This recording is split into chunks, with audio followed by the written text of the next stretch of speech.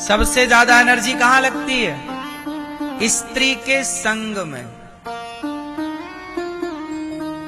इसलिए कहता हूं कि ब्रह्मचर्य का पालन करना सीखो। आजकल लोग लड़के शादी के पहले 4-4 लड़कियों के संग रहते हैं। क्या होता है? इनकी सारी एनर्जी खत्म। इसलिए आपने देखा होगा आजकल के लड़कों का मुंह धस जाता, ऐसे धस जाता, गाल धस जाते, आंखें बिल्कुल घुस जाती हैं। क्यों? इसने अपनी पूरी एनर्जी पानी में बहा दी, वेस्ट कर दी, ब्रह्मचर्य को बिगाड़ लिया। ब्रह्मचर्य की एनर्जी समाप्त। फिर बचा क्या? ढांचा बचा। ढांचा है आपके पास, एक थप्पड़ कोई मार दे तो आप गिर जाओगे। चुसा हुआ आम नहीं होता? चुसा हुआ आम, ऐसी हालत हो जाती है। इसलिए अपने बेटों को ये बात बताओ कि बेटा ब्रह्मचर्य क्या है। ये ब्रह्मचर्य केवल पुरुषों के लिए नहीं होता, स्त्रियों के लिए भी होता। स्त्री भी ब्रह्मचारी बने, पुरुष भी ब्रह्मचारी बने। भोगों का भोग विलास में मन कम लगाइए। अपनी एनर्जी को, कहते ना हमारी नाभि केंद्र बिंदु है। हमारे शरीर का केंद्र बिंदु क्या है? बोलो। नाभि। हमारे नाभि के नीचे जो एनर्जी जाती है ना, उसी को वासना कहते हैं। और नाभि के ऊपर जो एनर्जी आ जाती है, उसी को उपासना कहते हैं। नाभि के नीचे जो एनर्जी चली गई, उसे भोग कहते हैं। और नाभि के ऊपर जो एनर्जी आ गई, उसी को योग कहते हैं। जिसे सांख्य योग कहते हैं, ज्ञान योग कहते हैं, भक्ति योग कहते हैं। आजकल मन नहीं लगता। मन ना लगने का कारण क्या है?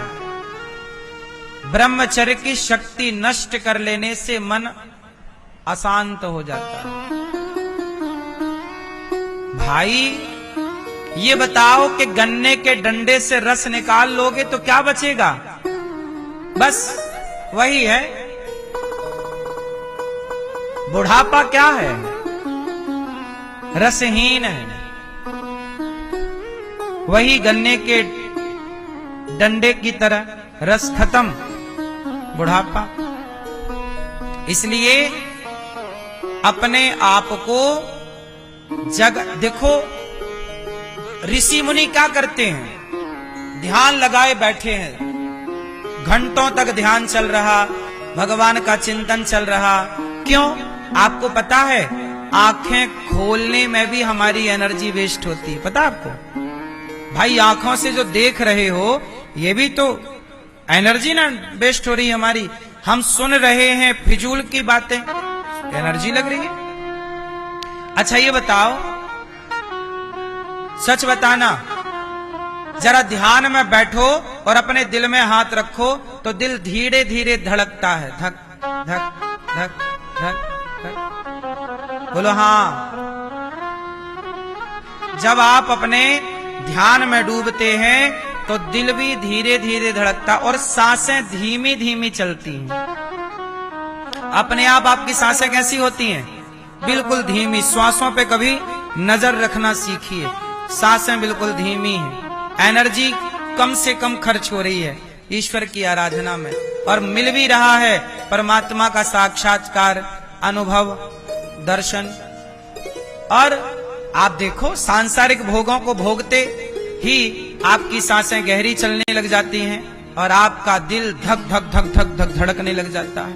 इसका मतलब है कि अपने आप को जितना हो सके उतना मन को भोगों से हटाकर और भगवान में मन लगाओ। अपना भला चाहते हो तो ये आपके लिए है। जो जितना अधिक भोगी होगा वो उतने जल्दी मरेगा।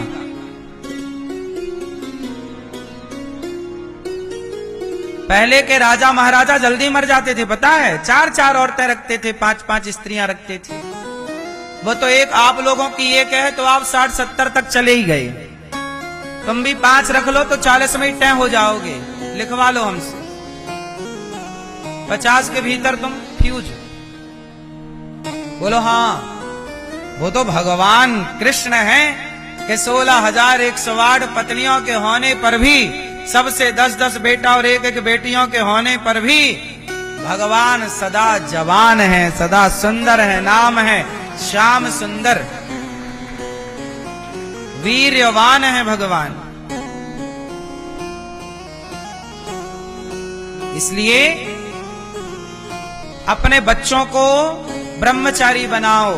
इसलिए हमारे यहां पहला आश्रम ब्रह्मचर्य आश्रम, दूसरा आश्रम गृहस्थ, तीसरा वानप्रस्थ और चौथा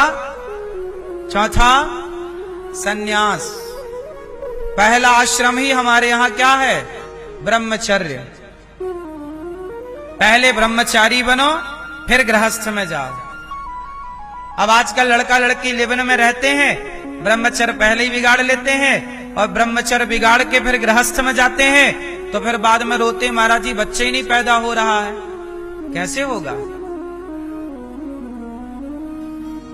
जिस पदार्थ से बच्चा पैदा होता है वो पदार्थ समाप्त हो गया तुम्हारे भीतर से। शरीर भी तो एक मशीन है। पहले ही आपने अपने ब्रह्मचर्य को बिगाड़ लिया तो अब बच्चा कैसे पैदा होगा? बच्चा पैदा करने के लिए जो पदार्थ चाहिए वो पदार्थ तब बनता है जब स्त्री पुरुष ब्रह्मचर्य का पालन करते हैं। आपको पता है? बात समझ में आ रही है कि नहीं? ब्रह्मचर्य का पालन करने के बाद ही संतान उत्पत्ति होती है। इसलिए आपने गाय और भैंस और बकरा और बकरी को देखा होगा, शेर और शेरनी को देखा होगा। शेर शेरनी रोज भोग विलास नहीं करते, गाय बछड़ा रोज भोग विलास नहीं करते। नंदी, जब गाय साल में एक बार, जब उसे गर्भवती होना होता है, तब वह नंदी के पास जाती है और नंदी के द्वारा गाय साल में एक बार गर्भवती हो जाती है। उसके बाद ना नंदी गाय को परेशान करता है, ना गाय नंदी की तरफ देखती है। सोचिए, साल में एक बार गाय नंदी के पास जाती है, एक बार सांसारिक सुख लेती है। यही हाल बकरा बकरी में भी है। बोलो हाँ। हर प्राणी, शेर शेरनी में भी यही सिस्टम है। मतलब जानवर होकर भी ये लोग कितने व्यवस्थित हैं। बात समझ में आ रही है?